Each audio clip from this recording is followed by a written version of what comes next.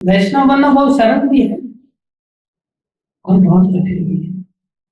सबसे कठिन है वैष्णव बनना और सबसे आसान है वैष्णव।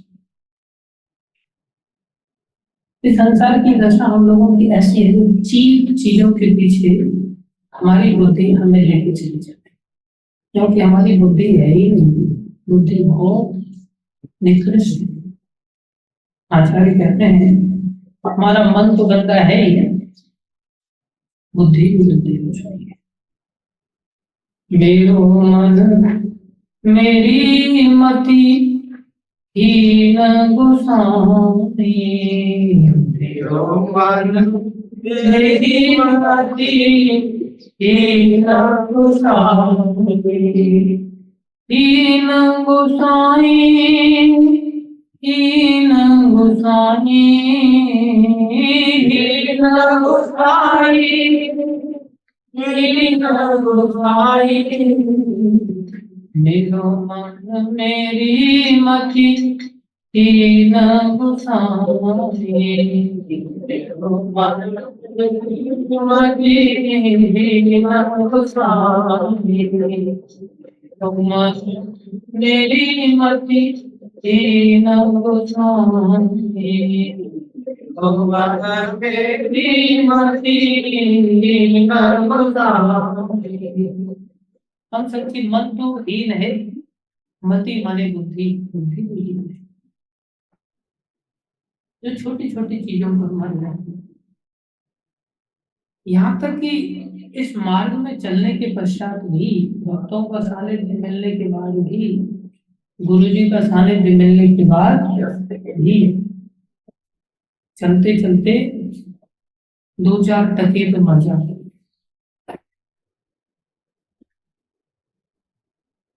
पता नहीं आपके साथ ऐसा होता है कि नहीं होता। मैं तो हर समय मरता है। एक बार एक गुरु जी के साथ चेला जा रहा था, मेरे जैसे चेला था,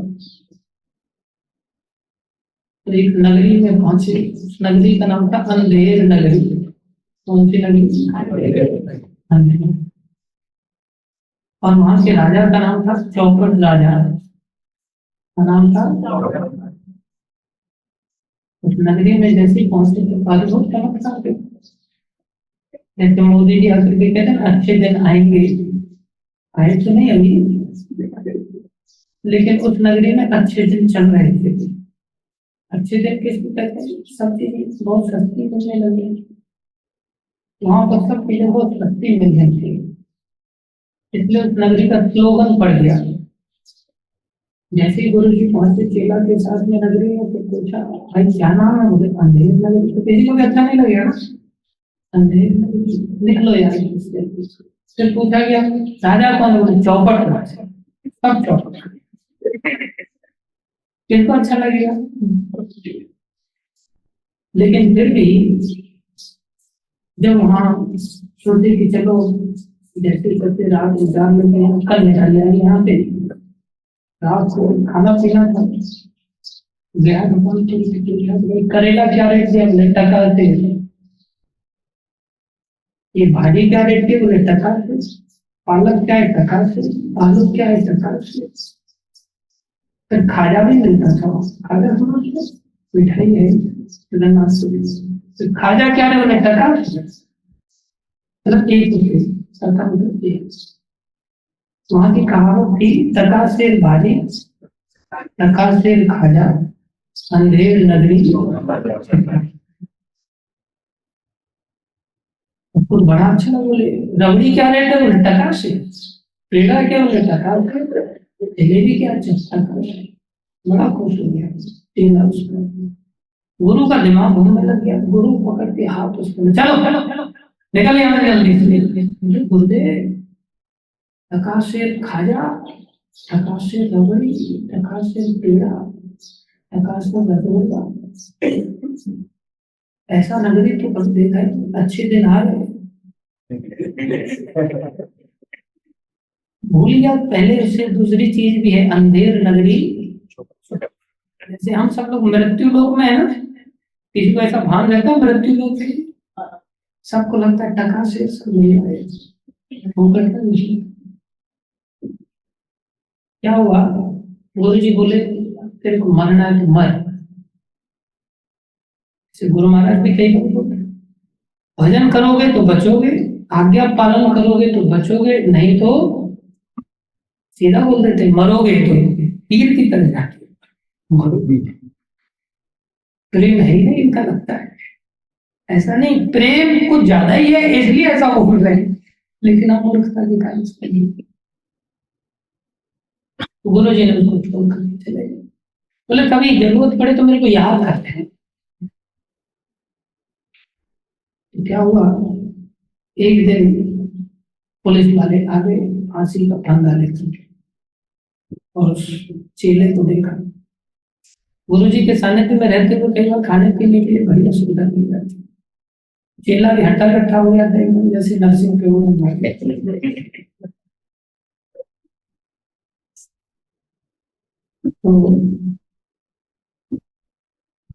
तो पुलिस वाले उस फंदे को कह रहे इसका गला सेट बैठ रहा है, इसमें इसका गला बिल्कुल फिक्स बैठ रहा, उठा लो उसको। उठा करके लेके चले गए। बोले लेकिन मैंने गुनाह क्या किया, मैंने क्या किया? अरे गुनाह राजा से पूछ रहा, गुनाह क्या किया वहां सब बता दिया जाएगा, चल उठा कर फांसी पर लटकाने जा रहे थे, जो उसने कही बिना गलती के। अब उसे याद आ रहा है अंधेर नगरी है, पहले उसका दिमाग में चल रहा था, अब सब भूल गया। टका शेर खाजा, टका शेर गबरी, टका शेर पेड़ा, टका शेर भागी। पूछा वहां जाकर के, तो भाई मेरे को ये दंड किस लिए दिया है? तुम्हें दंड इसलिए दिया जा रहा है, इसके पीछे का स्टोरी है लंबा। क्या स्टोरी है आपको पता है? कहावत सुनी, लेकिन घटना पता है किसको? किसको पता है आपको? क्या हुआ था? हाँ दीवार, एक दीवार टूटी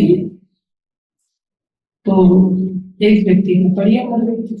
जाकर के राजा के पास हुजूर देखो इसने कैसी दीवार बनाई, बोले मेरी बढ़िया मर गई, इसको दंड दिया जाना चाहिए। जो मालिक था उसको बोले इसको फांसी पर चढ़ा दो।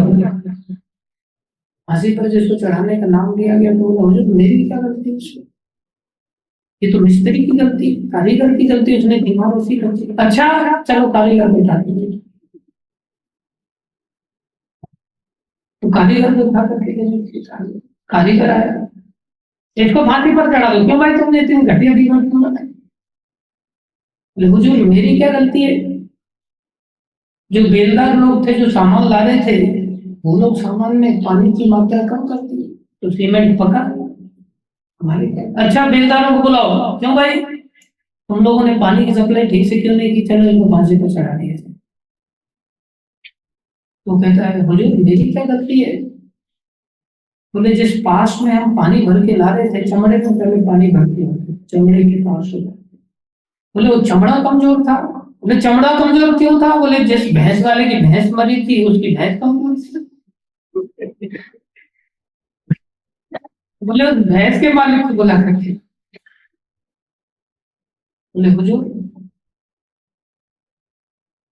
और बेचारा आया, भैंस को फांसी पर चढ़ा दो, तूने भैंस क्यों कमजोर रखी है?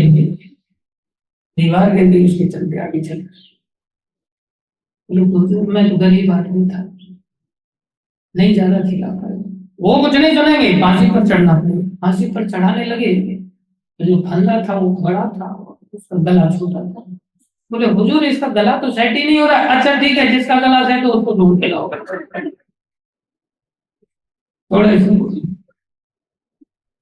थोड़े फंदा लेकर के गला किसका सेट हो रहा है, देखा कि एक नर्सिंग तो जैसे हफ्ते इकट्ठा चलेगा, उठा कर निकाला इसको, उठा कर आप बोले समझ आ गया तो उसको दर्द किस लिए दिया जा रहा है, केला खा रहा है। गुरु जी की याद, गुरुदेव मुझे अकल आ गई, रक्षा गुरु जी आए, सबको गुरुदेव की तरफ दया करते थे। गुरु जी आए तो बातचीत हुई तो ऐसी ऐसी घटना है, तो ये काम करना, तू मेरे गाल पर थप्पड़ मारना, मैं तेरे गाल पर थप्पड़ मारना। उससे क्या होता है, तू शांत बैठना, जितना बोला जाए उतना किया। दोनों के गाल पर थप्पड़ एक दूसरे पर मारने लगे। राजा बोले, ये तुम लोग क्या कर रहे हो? कहते, हुजूर मेरे गुरुदेव आए हैं। तो गुरुदेव आए तो गुरुदेव के साथ ऐसा व्यवहार? दोनों थप्पड़ मारे। बोले, गुरुदेव ने मेरे को बताया कि अभी जो फांसी पर चढ़ेगा सीधा बैकुंठ जाएगा, मुहूर्त बहुत अच्छा है। तो बोले, चेला कह रहा है कि मैं चढ़ूंगा, और गुरु जी कह रहे नहीं, पहले मेरे को जाके दे बैठे। तो चौपट राजा कह रहा, दिमाग खराब हो गया, इतना सुंदर मुहूर्त है, पहले मैं चढ़ूंगा। दोनों को हटा हुआ फांसी का जी का फंदा लगाया, राम नाम सबसे हो गया। गुरु जी के लोग बोले और रहना है, चौपट राजा क्या चल निकल यहाँ से।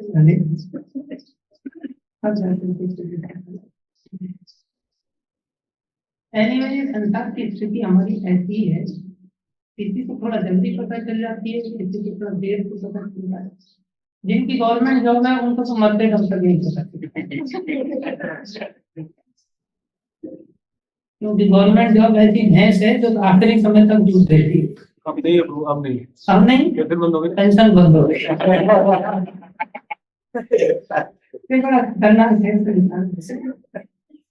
ओवरऑल हमें ये सब बात समझनी चाहिए, जिसको गीता में भगवान ने 16वें अध्याय में समझाया। भैया ये जो संसार है ना, ऊर्ध्वमूलम अधो शाखा, ये ऐसा वृक्ष है जिसकी जड़ें ऊपर की ओर है और तना नीचे की ओर, शाखाएं नीचे की। ऐसा वृक्ष का हम सबको अनुभव है क्या? देखा है किसी ने? नहीं देखा? तालाब के किनारे, हाँ तालाब के किनारे ऐसे पेड़ खड़े रहते हैं जिनकी जड़ें ऊपर होती है, तना नीचे, ऐसे रहते हैं।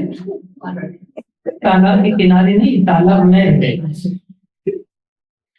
तालाब में भी नहीं रहते, तालाब में किनारे वाला पेड़ का प्रतिबिंब दिखता है, और उस पर कई बार नारियल भी अंदर दिखेगा। आम का पेड़ होगा तो आम भी अंदर दिखेगा, केले का पेड़ होगा तो केला भी अंदर दिखेगा अगर उस पर लगा हुआ तो। और फिर आदमी सोचे कि ऊपर तो दिखाई दे नहीं रहा उसको, तो नीचे देख के चल रहा है, लगे छलांग लगा करके उसमें से आम तोड़ने की, कितने आम निकाल के ले आएगा? जीवन में उसको कभी कोई आम की या किसी भी फल की प्राप्ति,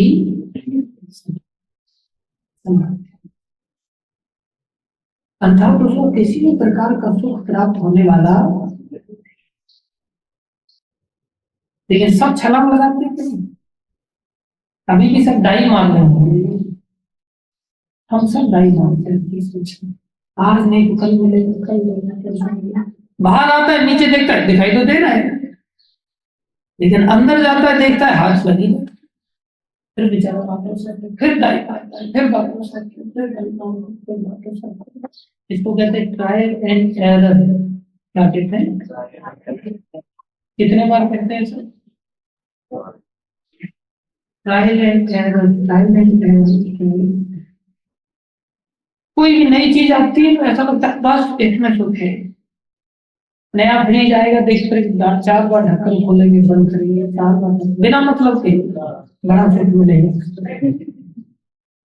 और 2 महीने बाद उसकी और शक्ल देख करके भी अच्छा नहीं लगेगा। हर चीज को लेकर के संसार में ऐसा तो कहते हैं श्रम एवं ही केवलम। क्या कहते हैं? श्रम एवं ही। तो क्या ये सब संसार में जो दिखाई दे रहा है ये सब कुछ होता नहीं क्या? होता है, लेकिन इस संसार में नहीं होता। ये वृक्ष असलियत में कहाँ है? संसार से परे है। इस संसार में दिख कैसा रहा है? उल्टा।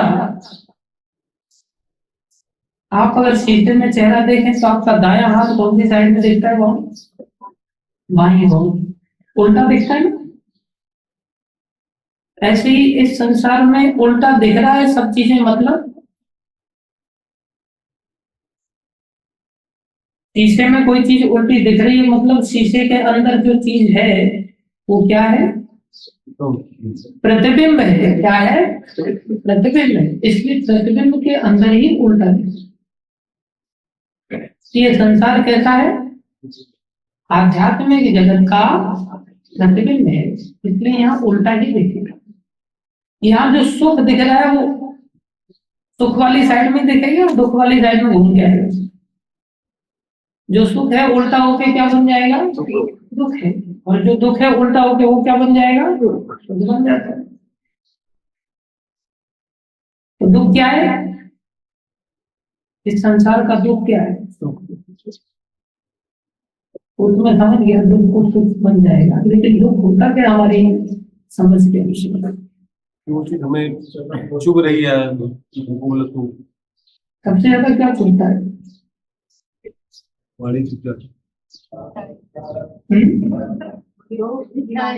बीमारी, जन्म मृत्यु जरा व्याधि, ये इतनी नहीं चुभती जितने ज्यादा गुरु जी के वचन चुभते हैं। ये चुभते फिर सब समाधान हो जाता है। सबसे ज्यादा चुभता है वो है आज्ञा पालन। क्या चुभता है? गुरु वचन कड़वे लगे, ये विचारें हाँ कड़वी औषधि बिन पिए मिटे न तन का। सबसे ज्यादा चुभता है वो गुरु जी के वचन से।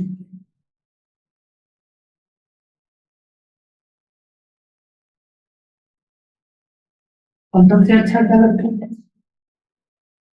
मन की बातें। सबसे अच्छी कौन सी बातें लगती है? अपने खुद की बातें। गुरु जी कहाँ से वचन उठा के बोलते हैं? शास्त्र से। कहाँ से बोलते हैं? शास्त्र से। तो हमें कौन सी बातें चुभेंगी फिर? शास्त्र की। लेकिन वही आगे चल के क्या दिखाई देगा फिर? जो दुख है वो किस में बदल जाएगा? दुख में। और जो मन की इच्छाएं हैं वो किस में बदल जाएंगी? दुख में। समझ आ रहा?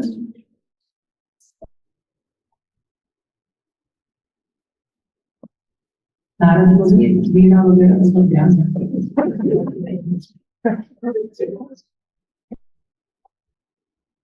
शास्त्र में गुरु जी सब भाषाओं को निकाल करके देते हैं। सबसे पहली आज्ञा का जो शुरुआत होती है ना हम लोगों के लिए संसार में, वो शास्त्र से। कहाँ से होती है? शास्त्र। शास्त्र के वचनों में थोड़ी श्रद्धा हो जाती है। हालांकि शास्त्र बहुत ज्यादा पर्सनल नहीं होते। ऐसा नहीं कि गीता में से कोई श्लोक निकलने से क्या करके बोलेगा कि मेरे को क्यों नहीं पालन। ऐसा कोई भी शास्त्र निकल क्या कहेगा? लेकिन जो शास्त्र का पालन करते हैं वही लोग थोड़े बहुत तत्वज्ञ माने जाते हैं। जो शास्त्र का पालन नहीं करते वो रजोगुणी होते हैं। जिनको कि शास्त्र का पता होता है फिर भी इच्छाओं का प्रवाह इतना ज्यादा होता है, मन का प्रवाह इतना ज्यादा होता है, फिर भी पालन नहीं करते, वो रजोगुणी होते हैं। तमोगुणी लोग उनको कहते हैं जो कहते हैं गीता को किसने देखा, ये भगवान की बात है, ये सब किसी ने मन गणत नहीं किया। इसलिए जो तमोगुणी होते हैं उनको तो शास्त्र का एबीसीडी भी पता। तो शास्त्र का जिनको पता होता है वो शास्त्र के अनुसार जीवन जीना चालू करते हैं। जो शास्त्र के अनुसार जीवन जीना सीखना चाहते हैं और चलना चाहते हैं उन्हें थोड़ा सतोगुण कहा जाता है। और उनके लिए एक जनरल रास्ता है, उनको वर्ण और आश्रम के अंदर धर्म को पालन करना होता है। कौन से? वर्ण और आश्रम के धर्म का। वर्ण और आश्रम के लोग जो धर्म का पालन करते हैं उसमें उनकी अलग अलग क्वालिटीज के अनुसार अलग अलग नहीं है। जो शास्त्र के अंतर्गत आते हैं। कितने वर्ण होते हैं? कौन कौन से? ब्राह्मण, क्षत्रिय, वैश्य, शूद्र। आश्रम कितने होते हैं? कौन कौन से? ब्रह्मचारी, गृहस्थी, वानप्रस्थी, अन्य। अब ये आप लोग कह पा रहे हैं यहाँ सुनने के कारण, अन्यथा समाज में 4 आश्रम कौन से होते पता है? उसको कहते हैं ब्रह्मचारी, गृहस्थी, गृहस्थी, गृहस्थी। गृहस्थी के ऊपर वानप्रस्थी होता है ऐसा नहीं है, वानप्रस्थी के ऊपर सन्यासी भी होता है ऐसा नहीं है। वो एक सबसे बड़ा आश्रम गृहस्थ है, तो उसके ऊपर खत्म हो गए ना, है ही नहीं। लेकिन ये 4 आश्रम होते हैं शास्त्र। तो शास्त्र वाला सन्यासी कौन कहलाता है? शास्त्र वाला वानप्रस्थी कौन कहलाता है? शास्त्र वाला गृहस्थी कौन है? शास्त्र वाला ब्रह्मचारी कौन है? शास्त्र वाला ब्राह्मण कौन है? शास्त्र वाला क्षत्रिय कौन है? शास्त्र वाला वैश्य कौन है? और शास्त्र वाला शूद्र। इस शास्त्र के अनुसार चले तो ये आइडियल है, नहीं तो फिर वो अंधेर नगरी चौपट राजा वाले उसमें जो शिष्य था वो फिर चलता दरिद्र शिष्य, क्वालिफाइड गुरु नहीं, वो क्वालिफाइड शिष्य नहीं। तो आप दैवी तथा आसुरी स्वभाव रूपी एक अध्याय है, 16वां अध्याय गीता के अंदर। उसमें 3 श्लोकों में इन गुणों को बताया है कि कौन शास्त्र वाला है। सन्यासी के 3 गुण होते हैं। सबसे पहला गुण होता है उसका अभयम, वो भयभीत नहीं। दूसरा सत्व संशुद्धि, उसका हृदय शुद्ध होता है, चित्त शुद्ध होता है। तीसरा है ज्ञान योग व्यवस्थिति, वो ज्ञान योग में व्यवस्थित रहता है। ये 3 गुण शॉर्ट में बता रहे हैं भगवान। 3 गुण जिसके अंदर है वो कौन है? सन्यासी। वही व्यक्ति सब छोड़ छाड़ करके भगवान के भरोसे रह सकता है। अगर जिसको भयभीत है कल मेरे को रोटी कहाँ से मिलेगी, कपड़ा कहाँ से मिलेगा, और मेरी दवाई कहाँ से मिलेगी, कहाँ से व्यवस्थाएं होंगी, जो ऐसा भयभीत है, क्या वो सन्यास ले सकता है? नहीं। सन्यास वही ले सकता है जिसके अंदर भय खत्म हो गया, जो जानता है भगवान ही सबका पालन पोषण।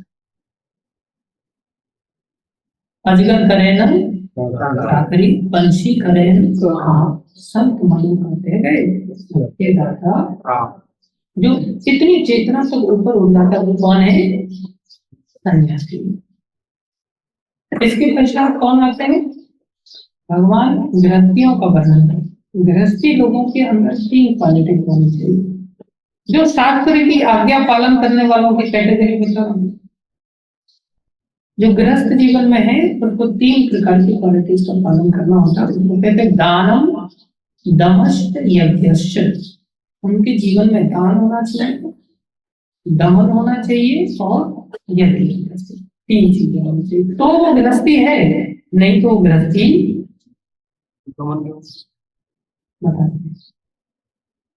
पहला है दान। बोले हर व्यक्ति को दान देना चाहिए। किसको?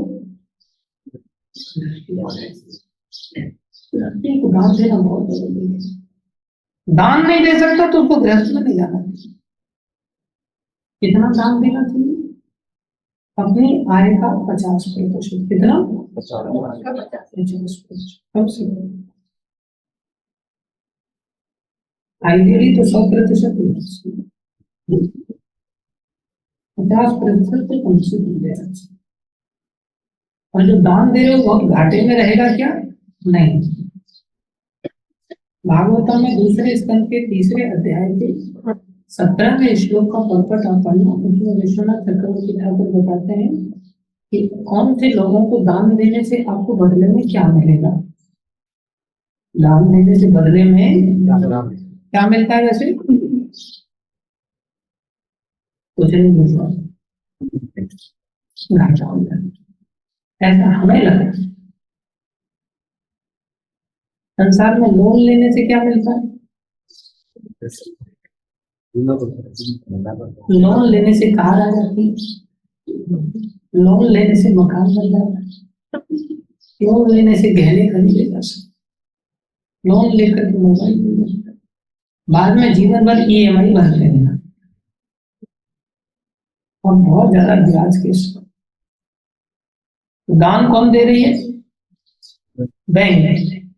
और हम क्या कर रहे हैं? लोन ले रहे हैं। तो जो लेने वाला होता है ना, उसको बहुत भरना पड़ता है। आज प्राय संसार में क्या कंसेप्ट, क्या ले लो? लोन। पहले कंसेप्ट होता था दान देने से, पहले गरीब से गरीब व्यक्ति भी दान देने से उसको आगे चल करके बहुत फायदा। लोन लेने से शुरुआत में फायदा लगता है, बाद में बहुत नुकसान उठाना।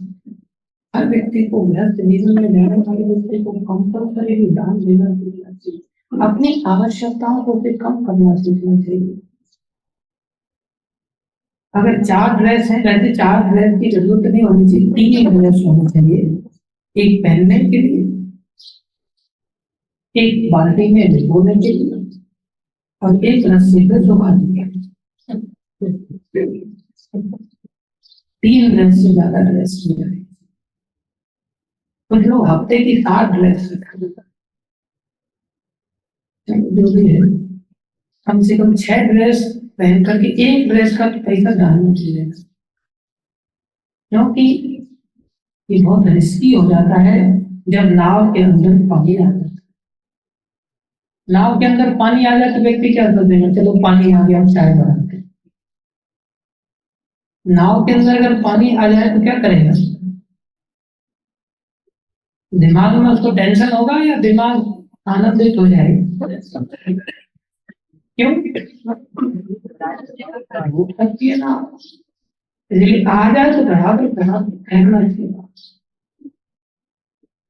ऐसे अगर गलती से हमारे पास कुछ धन आ जाए तो क्या करना चाहिए? फेंकना नहीं, दान। गोवर्धन लीला भगवान ने नंद बाबा से जानबूझ करके करवाई कि इतना धन इकट्ठा हो गया है कि इसको लगाना चाहिए, नहीं तो डूब जाएगा। इसलिए किसी के पास पैसा आ जाए समझ लो बहुत बड़ा खतरा है, इसलिए पैसे को जल्दी से दान देना चाहिए। पैसा आना ही नहीं चाहिए हमारे पास अकाउंट पर्सनल होना ही नहीं चाहिए। आइडियली गुरु जी के पास होना चाहिए। अपना किसी का अकाउंट है तो सब मतलब सबमिट कर दो, खाली कर दो। अपना व्यक्तिगत अकाउंट नहीं रखना चाहिए, ये सब भोगों में ले जाता है। सर्व कर्म फल त्यागम त्यागा शांति अनंतरम। त्याग से ही शांति मिलती है, ग्रहण करने से शांति नहीं मिलती।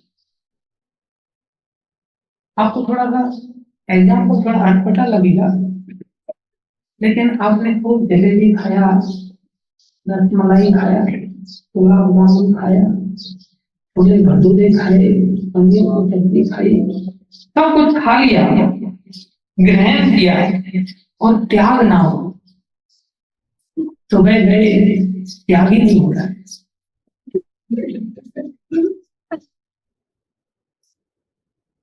तो जो ग्रहण की शांति है और एक त्याग की शांति,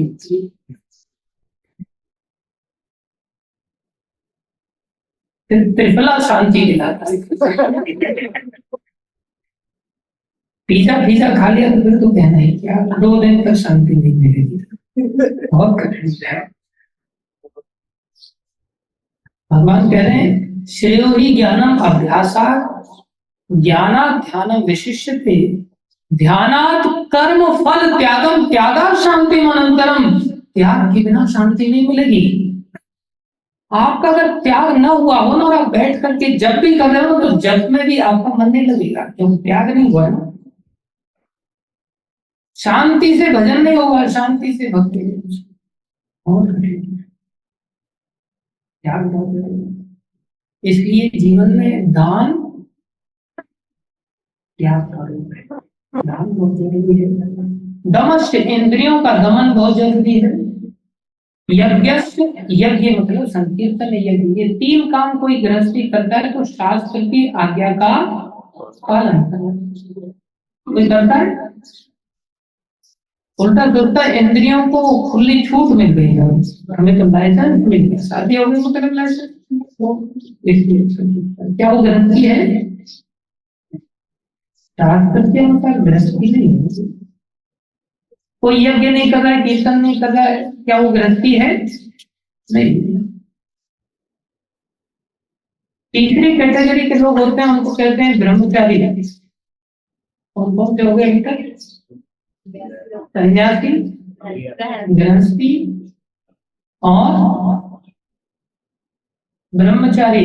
ब्रह्मचारी का एक गुण होता है, उसको कहते हैं स्वाध्याय। कौन सा? कोई ब्रह्मचारी ब्रह्मचारिणी अगर रहना चाहता है तो उसको स्वाध्याय कंपल्सरी, उसको शास्त्रों का अध्ययन करना चाहिए। नहीं करता तो ब्रह्मचारी नहीं रह सकता, वो शास्त्र की आज्ञा वाला ब्रह्मचारी नहीं हो सकता। एकमात्र क्वालिटी है खाली क्या?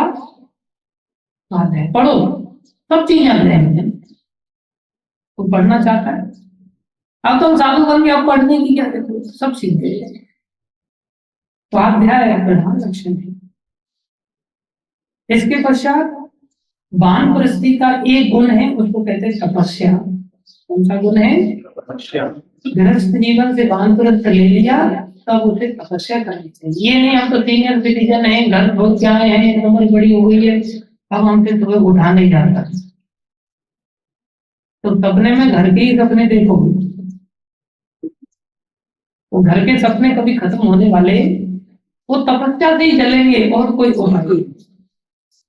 इसलिए शास्त्र का आदेश का पालन करने के लिए ये चार आश्रम के लोगों को इन धर्मों का पालन करना चाहिए,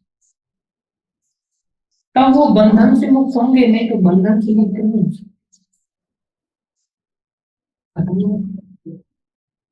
और इस संसार में बहुत भयानक बंधन है। एक बालक नर्सिंग का कोर्स कर रहा है, उसने घटना बताया कि उसके हॉस्पिटल में दादाजी को लेकर के घर वाले आ गए और हॉस्पिटल में कह रहे हैं कि देखो हमारे दादाजी चल रहे हैं, आप डेथ सर्टिफिकेट दे। सर्टिफिकेट किस लिए? बोले बीमा वगैरह में लगेगा सर्टिफिकेट। तो डॉक्टर अंदर ले जाकर चेक करने के लिए गए तो वापस आके बोले दादाजी तो जिंदे हैं। ऐसी बात कर रहे हो तो घर के बोले नहीं मर गए। डॉक्टर कह रहा है मैं डॉक्टर हूँ, आप? मैंने देखा वो जिंदे हैं, बेहोश हो रहे लेकिन जिंदे हैं। नहीं डॉक्टर साहब आप ठीक से चेक कीजिए, मर गए। डॉक्टर मसला क्या है? बोले मसला यह है कि इन्होंने काफी एफडी कर रखी है, LIC कर रखी है, और ज्यादा समय अगर लगाएंगे तो फिर सब निकल जाएगा, डेट निकल जाएगी इसकी, इसलिए अब इनको आप कर दो, सेटल कर लेंगे। तो डॉक्टर ने अपने स्टूडेंट को बोला जो नर्सिंग का कोर्स कर रहे थे, उन लोगों ने बेचारा मरा हुआ समझ के पोस्टमार्टम चालू कर दिया। चालू किया तो काट पीट चालू किया तो लगी खून की धार निकलने।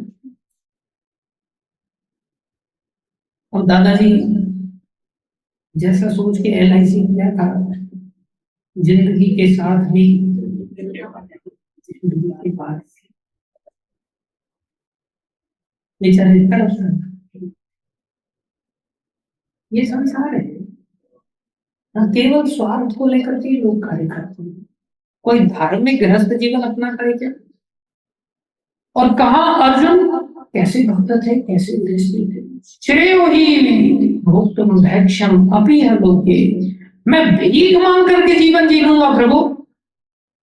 आप जो पूजा के योग्य गुरुजन हैं, जो द्रोणाचार्य हैं, जो पितामह भीष्म हैं, उन पर मैं कैसे बांट सकूं? कथम संख्या,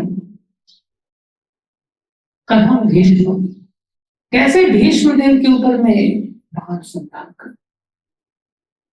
संसार में कोई बुजुर्गों को पूजा की योग्य मानता है? कोई गृहस्थ के नियमों का पालन करता है? उनका मोह अलग था, दैवी गुणों वाला मोह था। हम संसार के लोगों का आसुरी या राक्षसी गुणों वाला होता है, बहुत खतरनाक। इसलिए आज्ञा पालन उसी व्यक्ति के लिए आरंभ होता है जो शास्त्र को समझ करके इस वर्ण और आश्रम में प्रवेश करता है। अभी थर्मामीटर डाल के देखो गृहस्थी में, क्या वो गृहस्थ का पालन कर रहा है? क्या सन्यासी ऐसे हैं, क्या ब्रह्मचारी ऐसे हैं जो स्वाध्याय करते हो, क्या वानप्रस्थी ऐसे हैं जो तपस्या करते हैं? सबसे पहली आवश्यकता होती है बचपन से ऐसे शास्त्र की मोटी मोटी शिक्षा हमारे दिमाग में आ जाए। लेकिन ये श्लोक खुद से आके आपको नहीं बोलेंगे, देखेंगे नहीं ये क्या पालन कर रहा है, नहीं पालन कर रहा है, ऐसा नहीं। इसलिए शास्त्र से ज्यादा पर्सनल होते हैं साधु जन। कौन? वैष्णव। इसलिए शास्त्र किसी को मिल जाए सौभाग्यशाली है। शास्त्र से श्रेष्ठ अगर किसी वैष्णव का सानिध्य मिल जाए और ज्यादा सौभाग्यशाली। वो पर्सनल होते हैं और हम साधुओं से भी श्रेष्ठ होते हैं जब उनको गुरु का सानिध्य मिल जाए। उन साधुओं में से कोई एक गुरु होता है जिसके साथ संबंध जुड़ जाए। साधुओं के साथ इतना गहरा संबंध नहीं जुड़ पाता जितना गुरु जिम्मेदारी के साथ उस व्यक्ति की चिंता करते हैं, क्योंकि उन्होंने जिम्मेदारी उठाई है। विवाह हो गया एक प्रकार से, उस स्थिति में जिम्मेदारी के साथ बहुत आवश्यक है, गुरु जी के लिए भी और शिष्य के लिए। ज्यादा जिम्मेदारी किसकी है? शिष्य की, क्योंकि उद्धार किसने करना है? शिष्य ने। ये दैवी गुण है। अब मैंने 4 ही आश्रमों की बात बताई है। अभी वर्ण के जो ब्राह्मण क्षत्रिय वैश्य शूद्र के जो गुण है वो बात आगे 2 श्लोकों में दी है, पढ़ लेना आप लोगों को, समय का अभाव है। गुरु जी की आज्ञा का पालन फिर कितना जरूरी हो जाएगा। वो व्यक्ति कितना सौभाग्यशाली होगा जिसको गुरु जी की आज्ञा का पालन करने का सौभाग्य मिले। तो जितना श्रेष्ठ है गुरु जी की आज्ञा पालन करना, उतना ही खतरनाक भी है। क्या क्या आज्ञा पालन नहीं करना जितना मंगलकारी है उतना ही 3 चीजें, गुरु साधु शास्त्र। शास्त्र से बढ़कर साधु, साधु से बढ़कर गुरु। जो बोल के जा रहे हैं, तेरे को कभी जरूरत पड़े तो बुला लेना, कम से कम तू मूर्ख समझ तो नहीं रहा। और थप्पड़ खा करके खुद से उसकी शिष्य की।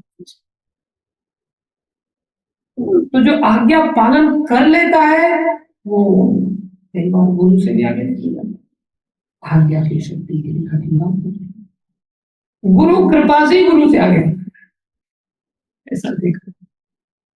और जो आज्ञा पालन नहीं कर पाता वो संसार में जितने लोग हैं पढ़े हुए बेचारे कई बार उससे भी ज्यादा दर्शनीय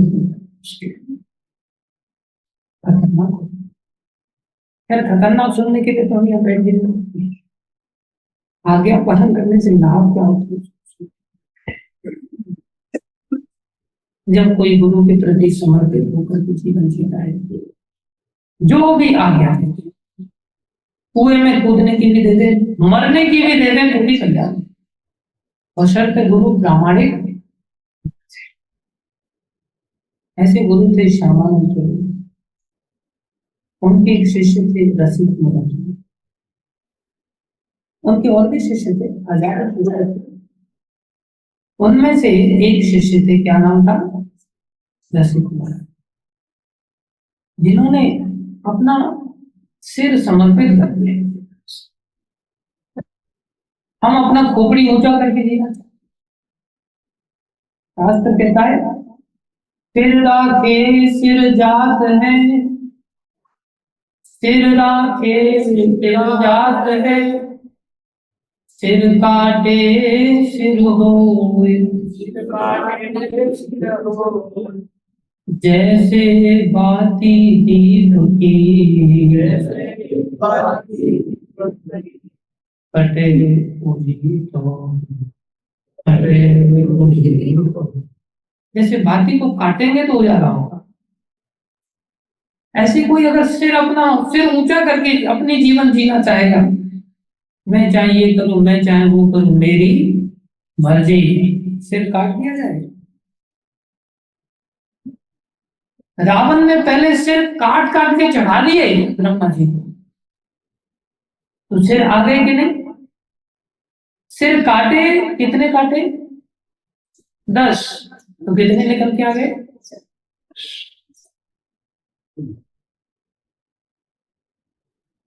सिर काटे सिर होए,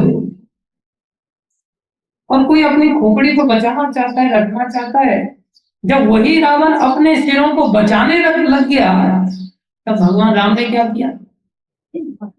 लाखों खोपड़ियां काट दी। कितनी खोपड़ी लेकर के आओ, काटना पड़ा सिर को। रसिक मुरारी जी ऐसे शिष्य थे जिन्होंने पूरा जीवन समर्पित, और गुरु जी बड़े प्रसन्न थे। जैसे हमारे रामेश्वर प्रभु है, गुरु महाराज इनको समर्पण करते थे। ऐसे जो शिष्य होते हैं ये असंभव कार्य को किया, क्योंकि भगवान से संबंध हो सकता है। कई बार गुरु जी फील करते हैं चेला कि मेरे से आगे चला गया। नवाब की सरकार थी, उसने आश्रम का कब्जा कर लिया और आश्रम की जमीन का भी कब्जा। पहले आश्रमों की बहुत जमीन होती थी, तो पूरा गांव ही आश्रम का बसा हुआ था, सारा गांव ही हड़प हुआ। तो रसिक मुरारी जी को अपने श्यामानंद प्रभु ने पत्र लिखा, जिस हालत में हो वैसे ही चले आ।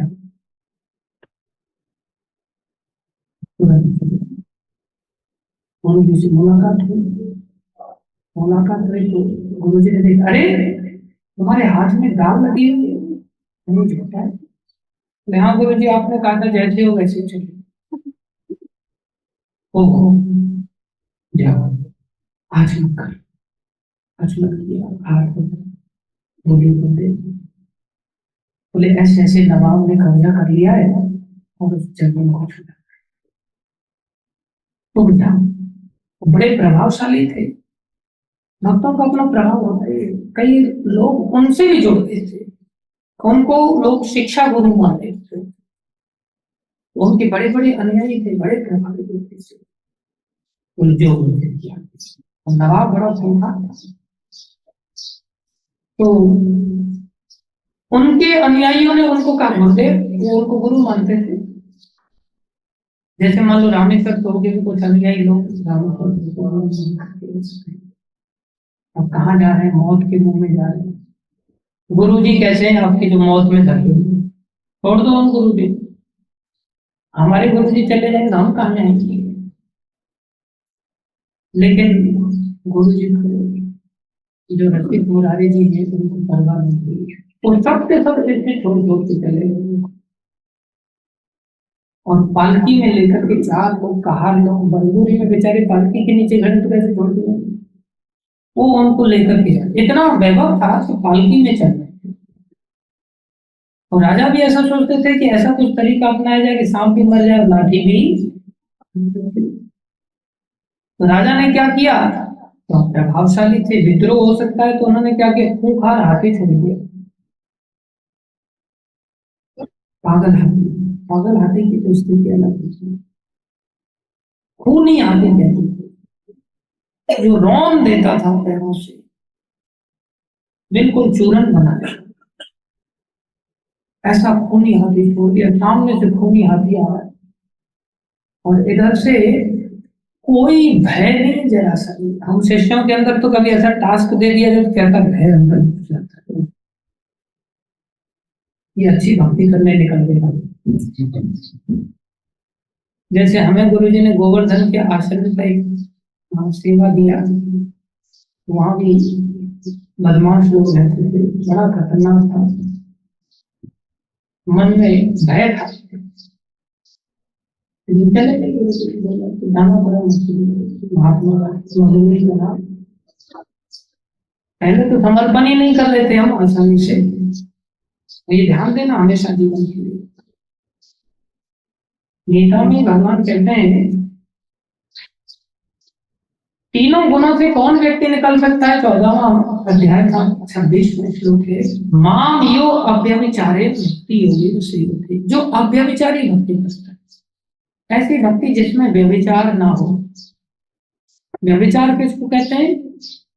अविचार कहते हैं सदाचार को, व्यभिचार कहते हैं विगतः अविचार इति व्यभिचार, अर्थात जहाँ सदाचार नहीं है उसे व्यभिचार कहते हैं। विगत माने रहित, सदाचार से रहित जो जीवन है उसे व्यभिचार। अब व्यभिचार किसको कहते हैं? जिसमें सदाचार रहित जीवन ना हो। अव्यभिचार, अशब्द लग जाने से और उल्टा अर्थ लग जाता है, अर्थात फिर कैसा जीवन हो? सदाचार वाला। तो अव्यभिचारी भक्ति कौन सी होती है? भक्ति में क्या होता है? दो चीजें होती हैं, साधन और साध्य। भक्ति में क्या चीज होती है? साधन। साधन में क्या आता है? भक्ति के अंगों का पालन, नवदा भक्ति आदि, ये सब श्रवणम कीर्तन, ये सब आता है ना साधन में। तो ये साधन में व्यभिचार ना हो और साध्य में भी व्यभिचार ना। साध्य कहते हैं लक्ष्य, बोले लक्ष्य में भी व्यभिचार। व्यभिचार मतलब एक स्त्री के लिए जैसे सती स्त्री होना, ये व्यभिचारी जीवन है क्या? कौन सा जीवन है? अव्यभिचारी जीवन, अगर वो सती है। ऐसे अव्यभिचारी भक्ति कौन कर सकता है? जो सबके साथ मिक्स ना होगा, कोई स्त्री जैसे मिक्स नहीं हो, ऐसे ही कोई भक्ति में साधन में किसी अन्य चीज का मिक्सिंग ना हो। न साधन में मिक्सिंग होना चाहिए, न साध्य में मिक्सिंग होना चाहिए, उसे अव्यभिचारी भक्ति। साधन में मिक्सिंग क्या होता है? जैसे जब कर रहे हैं और साथ में व्हाट्सएप भी चल रहा है, ये कौन सी भक्ति हो गई? व्यभिचारी भक्ति। कौन सी भक्ति हो गई? जब कर रहे हैं और गप्पे भी मार रहे हैं, कौन सी भक्ति हो गई? जब कर रहे हैं साइट सीइंग कर रहे हैं, कौन सी भक्ति हो गई? व्यभिचारी। साधन में क्या हो गया? मिक्सिंग हो गया। हरे कृष्ण हरे कृष्ण। देखना भैंस खुल गई है, जरा बांध लेना हरे कृष्ण, लाइट बंद कर देना हरे कृष्ण। देखो कोई आए मिलने के लिए, नाश्ता पानी करवाना हरे कृष्ण। ये कौन सी भक्ति है? साधन में मिक्स। साधन में भी मिक्सअप ना हो, आज्ञा का पालन करना। मान लो गुरु जी कह रहे हैं बेटा कथा सुनो, और गुरु जी के पास आके चेला कह रहा, गुरु जी परिक्रमा लगाने जाओ, गिरिराज जी की परिक्रमा के लिए आया था। दोनों ही क्या है? दोनों कौन सी क्रिया है? भक्ति की है कि नहीं? दोनों ही भक्ति की क्रिया है, लेकिन फिर भी वो अव्यभिचारी भक्ति नहीं रहेगी। एक भक्ति हो गई आज्ञा पालन करने वाली, और एक भक्ति हो गई मन के अनुसार परिक्रमा लगाना। कौन सी वाली? मन के अनुसार। मन कर रहा है मेरा कि मैं परिक्रमा लगा के आता हूं, तो वो भी क्या हो गया? मिक्सिंग हो गया। गुरु जी क्या तुम माला भी छोड़, परिक्रमा भी छोड़, तो कथा सुनो, बोले कथा भी छोड़, क्या करो? धनुष उठा और मार लो। बोले वो मारना भी क्या है? अव्यभिचारी भक्ति है। हत्या भी क्या है? अव्यभिचारी भक्ति है, जिसमें साधन में अब कुछ मिक्सिंग। कुछ लोग कथा सुनते हैं साथ में जब भी करते हैं, ये क्या हो गया? एक बार गुरु जी भी ऐसा करते, तो क्या व्यभिचारी भक्ति है? वो इतने एक्सपर्ट हो गए साइकिल चलाने में कि हैंडल भी कर रहे हैं, पैडल भी मार रहे हैं, सीट भी बिठा के चल रहे हैं, गप्पे भी मार रहे हैं, गाड़ी से नहीं जा रहे। हमारी इतनी स्थिति नहीं, ना हम कथा को ध्यान से सुन पाएंगे, ना जब को ध्यान से कर पाएंगे, कुछ नहीं कर पाएंगे। इसलिए वो सब कुछ करते हुए भी अव्यभिचारी भक्ति में युक्त हैं, हम अव्यभिचारी भक्ति में युक्त। इसलिए ऐसी अव्यभिचारी भक्ति गुरुजी ने बोल दिया चले हैं, और अभी युद्ध के लिए बोल दिया एक प्रकार से, जाओ मौत के मुंह में। अब सब सोचो, खूनी हाथी आ रहा है और प्रसन्न है, कर्तुम सुसुखम अव्ययम। भक्ति कैसी है? सुखकारी है करने में और नाश नहीं होता, अव्यय है। अब जो आज्ञाकारी है, जिसको ये समझ है, उसको तो सुख मिलेगा। जो ऐसा है ही नहीं, उसको सुख मिलेगा क्या? उसको लगेगा गुरु चेंज करना चाहिए बहुत ज्यादा।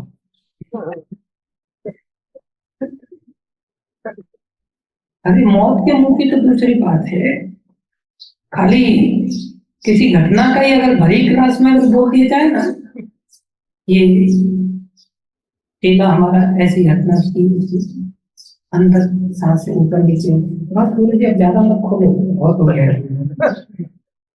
अकेले में बता देना, सबके सामने मौत के मुंह में भेजा जा रहा है और चेला प्रसन्न है, रसिक मुरारी जी प्रसन्न है, प्रसन्न वो सोच रहे चलो खेल देखते हैं, गुरु जी का खेल क्या है। जैसे खेल देखने के लिए जाता है कोई व्यक्ति तो खुशी मिलती है कि नहीं, सब काम छोड़ करके देखो खेल लगा हुआ है।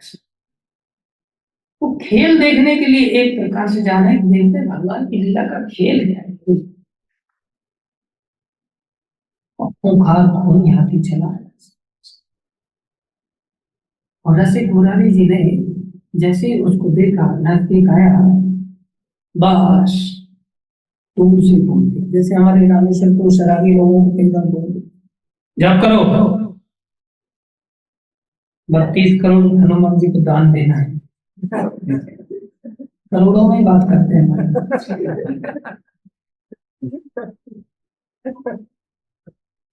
हम तो हजारों में 16 माला में भी 50 बार सोचते हैं, पूरी करें नहीं करें, ज्यादा ही काम आ गए, तो भी करोड़ों में बात करते हैं। और कहते हैं पिछली बार शराबी लोग भी बोले आंखों से अश्रुपात कर रहे थे, और गुरुजनों की सत्ता होती। एक बार एक व्यक्ति को गायक कलाकार थे, उनको बोला तुम भजन गाओ, तो भजन गाने लगे, लेकिन वो शराबी भी था, अब भजन डूब के नहीं गा पा रहे। गुरु जी बोलते हैं पी ले, पी के गा, पी के गाने वाले लोग डूब के गा रहे। हम भी यहाँ सुबह जब कर रहे थे, रात को बोतल लाके रखते हैं पानी की। मैं सोचा पहली बार ऐसी जगह देखी जहाँ जब करते समय अपने आप पानी आ जाए, नहीं तो दूसरों की बोतल देखते रहते, कैसी बोतल मार के पी जाते हैं।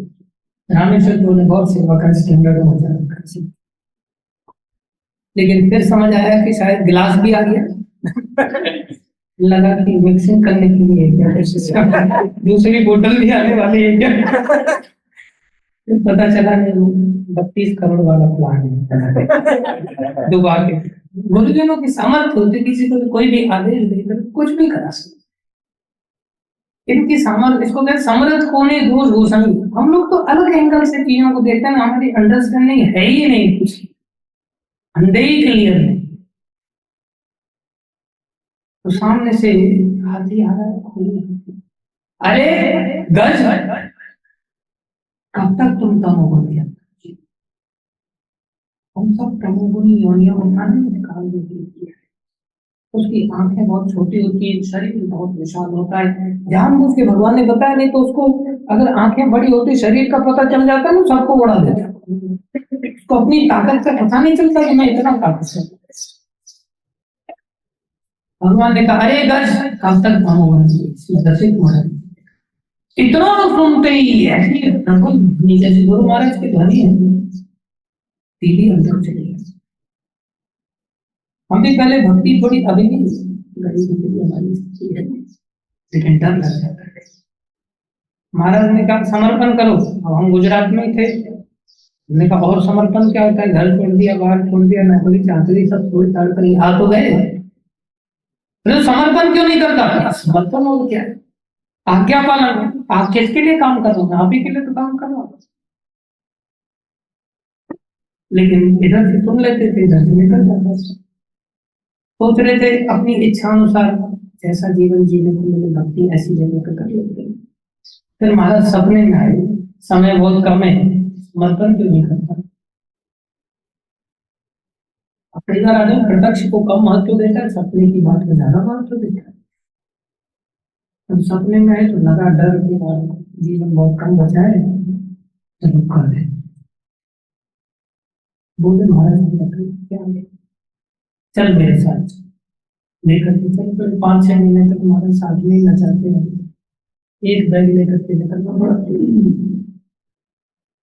फिर अचानक से कथा में बीच में से महाराज बोलते इधर अमृतसर निकल कर जाओ महाराष्ट्र चले।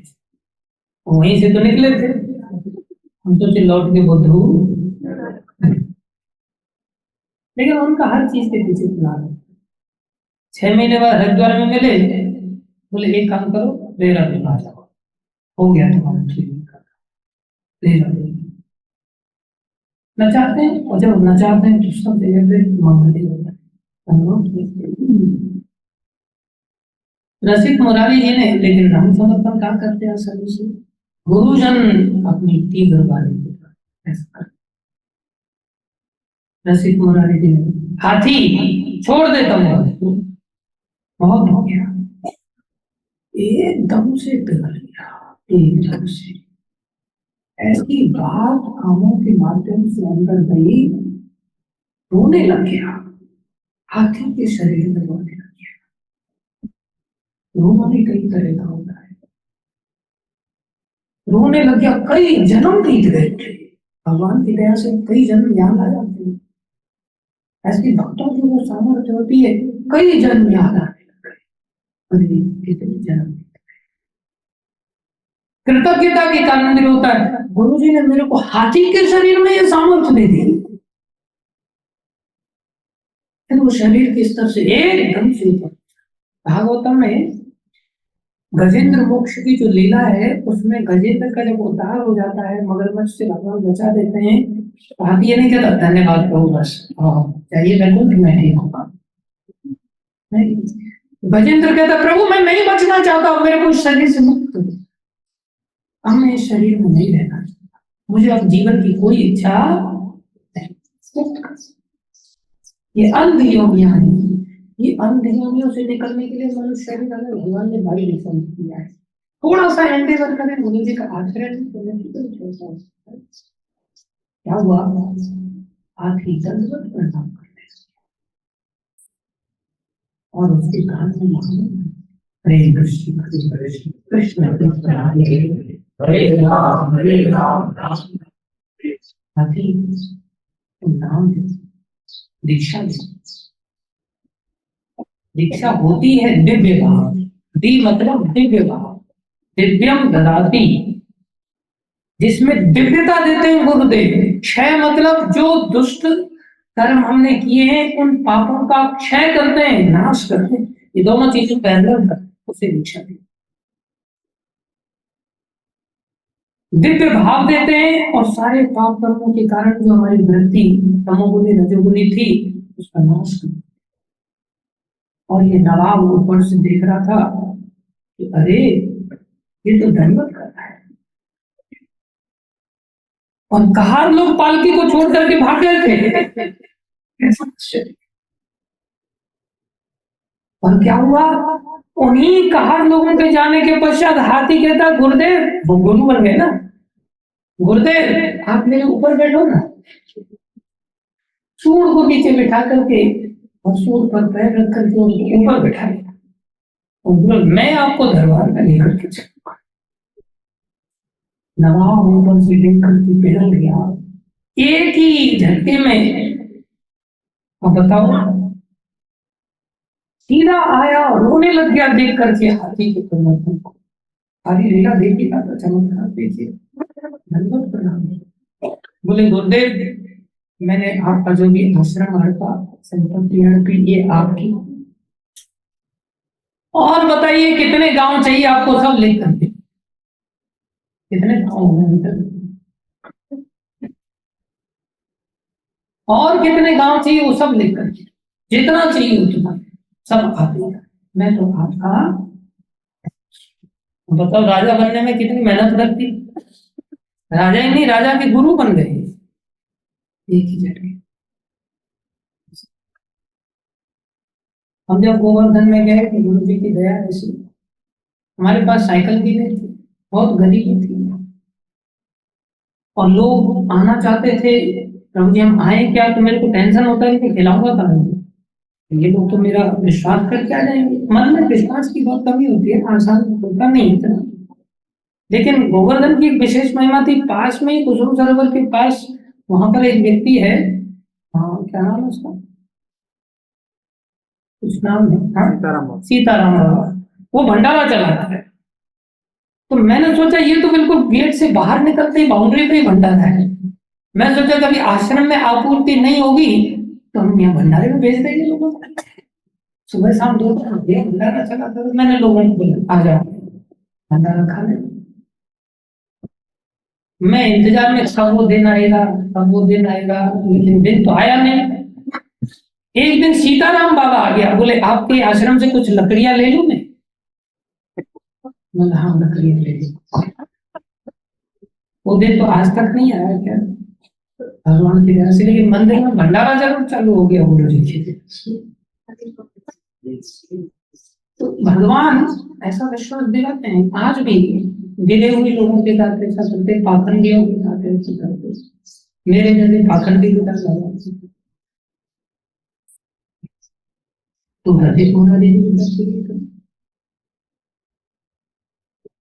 प्रश्न उठता है कि ऐसा गुरु का शिष्य तो और भी थे, उन्होंने उनको ही क्यों बुलाया, और इतनी ताकत उनमें ही क्यों आई, बाकी में क्यों नहीं। प्रश्न उठता है। तो इतनी सामर्थ्य उस शिष्य में तब आती है जब वो शिष्य बाकी गुरु भाइयों से द्वेष नहीं करता। क्या नहीं करता,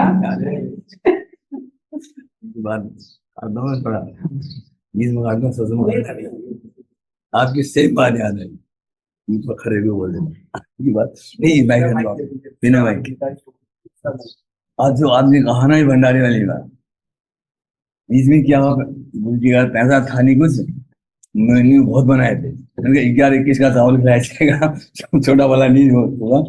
बीच में क्या हुआ, दिक्कत आ गई, सब हमारे भक्त लोग कहने लगे प्रभु जी अब इतना केवल पूरी बनाएंगे, सब्जी बनाएंगे, अब केवल एक सब्जी बनेगी, पूरी बनेगी। अरे ऐसे क्यों गुरु जी यार, क्यों बनेगा, सब बनेगा, सब कुछ होगा। ऐसा नहीं, वास्तव में कोई एक दिन चावल मैंने कहा 5 कुंटल लेगा, 11-21 में भेज दिया, बासमती वापस करो, वापस कर देता नहीं, सब बासमती नहीं खाएंगे, 11-21 बढ़िया खिलाया जाएगा, गुरु जी आ रहे हैं, लेकिन देखो सब हो रहा है हमारे आप लोग इनके पास में उतरता हो तो चिंता मत करो, आप मैदान में आता हूँ, फिर पहले कर रहे थे इनको हटात बन जाओ, एक ही सब्जी बनाएंगे, पूरी बनाएंगे, बड़ा कर्जा हो जाएगा, तो होने दो, 5 करोड़ 1 करोड़ हो जाएगा, अच्छा हो जाएगा, ये बात हम तो लोग कर्जे से परवाह नहीं करते,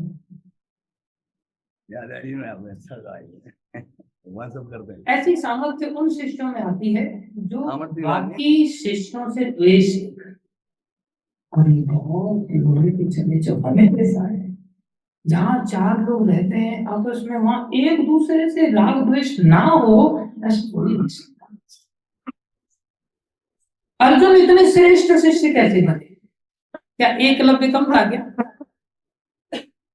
लेकिन एकलव्य अर्जुन से द्वेष करता, द्रोणाचार्य भी इस बात को जानते थे, ये द्वेष, परिणाम में क्या ले लिया गया, किसके कारण उठा गया, सामर्थ्य कम नहीं थे, कर्ण के अंदर भी सामर्थ्य, कर्ण और अर्जुन का जब युद्ध हो रहा था तो शंकर और ब्रह्मा भी उस युद्ध को देखने के लिए आए थे, उनको विश्वास नहीं था कि अर्जुन जीत सकता है। कभी तो देखने के लिए आए थे, अन्यथा पहले से पता है कि कौन जीतने वाला है, तो फिर देखना क्यों? बजाय खत्म हो गया ना मैच का। विश्वास नहीं था, वो सामर्थ्य थी, क्योंकि कवच कुंडल के साथ बैठा हुआ। ऊपर से परशुराम भगवान शिष्य बना, अद्भुत सामर्थ्य। हालांकि ब्राह्मण का शाप लगा था उनको कि तुम्हारा युद्ध के समय में धरती निकल जाएगी। इधर कपट तुमने मेरे साथ किया है, ब्राह्मण के अंदर ऐसे गुण तो पाए नहीं जाते। सहनशीलता इतनी ब्राह्मण के अंदर तो होती नहीं। सहनशीलता मतलब अलग एंगल की सहनशीलता ब्राह्मण के अंदर होती है, क्षत्रिय के अंदर अलग एंगल की सहनशीलता। सबकी अपनी अपनी यूनिक क्वालिटीज होती है। वो 16वें अध्याय के पहले, दूसरे, तीसरे श्लोक में लक्षण बताए हैं, हम सीख सकते हैं, समझ सकते हैं। उन्होंने देखा कि इसकी जांघ में कीड़े ने छेद कर दिया और ये मेरे को लेटाने के चलते अपना सिर कहीं गुरु जी का हिल न जाए, हिला नहीं, बोले तुम क्षत्रिय ब्राह्मण नहीं हो सकता। तो ब्राह्मणों की शिक्षा देते। आखिर में बोले तुम्हारे काम नहीं आएगी, और काम नहीं आ रही थी, लेकिन पुण्यात्मा भी बड़ा था, दान भी था। दान का पुण्य बहुत विशेष था, प्राण देकर के भी दान देने के लिए तैयार। इसलिए पुण्य भी अपनी ताकत दिखाता है। जब युद्ध चल रहा था तो ऐसा भीषण युद्ध हुआ कि वो रथ से नीचे खड़े हैं। तो घटना तो घटी साप की, लेकिन साप भी ज्यादा बाधा नहीं दे पाता। बोले कोई नहीं, मैं ब्रह्मास्त्र याद नहीं कर सकता, तो भी तुम मेरे साथ मुकाबला नहीं कर सकते। बहुत लंबी घटना है। भगवान कह रहे मार अर्जुन तुम इनको। अरे तुम अधर्म का युद्ध कैसे कर सकते हो? अर्जुन ढीले पड़े हुए, बात ठीक है, धर्म का पालन करना। भगवान बोले तू धर्म के पालन की परवाह कर रहा है, ये रथ पे चढ़ गया तो तू मार नहीं सकता इसको सपने में। अभी मारो इसको। मारने चले तो उन्होंने नीचे से ही तीर मारा, अर्जुन बेहोश हो गए। नीचे से ही खड़े खड़े अर्जुन की हालत। आखिर में भगवान की दया से तीर चलाया और कर्म को बढ़ा। बाधा नहीं देता था कोई, लेकिन भगवत कृपा से अर्जुन इतना श्रेष्ठ धारण कर पाए, केवल और केवल राग द्वेष न हो। शिष्यत्व तो था ही, साथ में राग द्वेष नहीं था। ये बहुत इसलिए कोई व्यक्ति किसी दूसरे शिष्य की बात करता है तो हाँ बता ना क्या किया फिर और क्या निंदा चली पूरी रामायण बनता है। अरे हम क्या कर रहे हैं वो चर्चा करेंगे उसका क्या है। मैं क्षमा चाहता हूँ सभी भक्तों से, मैंने थोड़ा समय ज्यादा लिया है। कुल मिलाकर के सार ये है, हमें अंधेर नगरी कपट राजा की सस्ती चीजों में जीवन को अर्जित नहीं करना चाहिए। शास्त्र के अनुसार हम सन्यासी नहीं बन सकते, जो बन सकते हैं उसको शास्त्र के अनुसार जीवन जीने के आइडियल बने। ब्रह्मचारी बने तो ब्रह्मचारी, गृहस्थी बने तो गृहस्थी, विवाह करे सन्यासी तो सन्यासी। जो लक्षण है वो हमारे जीवन में आ रहे हैं क्या, तो हम कह सकते हैं कि हम गृहस्थी, सन्यासी या ब्रह्मचारी, ब्राह्मण है, क्षत्रिय, वैश्य या शूद्र है। अगर इस कैटेगरी में नहीं आ रहे शास्त्र की, भगवान ने शास्त्र के माध्यम से सबके लिए सारे रास्ते खोल दिए। अब आप इससे अलग जाकर के अपनी मनगढ़ंत गृहस्थी बना रहे हो, मनगढ़ंत ब्रह्मचारी बना रहे हो, मनगढ़ंत वानप्रस्थी, मनगढ़ंत सन्यासी, तो आप शास्त्र से नीचे रजोगुण में चले, रजोगुण से भी नीचे फिर तमोगुण में चले जाते हैं, अंधकार से। शास्त्र की शिक्षा ले, शास्त्र को पढ़ना सीखे, समझना सीखे। नहीं समझ में आ रहा साधुओं के पास जाए, साधुओं के निर्देशन में जीवन जिए। साधु से भी ज्यादा पर्सनल होता है गुरु जी के निर्देशन में जीवन जीना। और गुरु जी के निर्देशन में जब हम जीवन जीते हुए आगे बढ़ते हैं तो असंभव संभव हो जाता है, और वो सामर्थ्य आ जाती है जो भगवान है, वो सामर्थ्य। डर डर के चेष्टा करो, कोई चेष्टा करोगे एक दो अनुभव अच्छा हो जाएगा, सफलता मिल जाएगी, फिर हिम्मत, फिर किसी से भी टक्कर सब कुछ होगा। लेकिन अच्छे शिष्य बनने के लिए आवश्यक है कि बाकी गुण भाइयों में क्या रखें,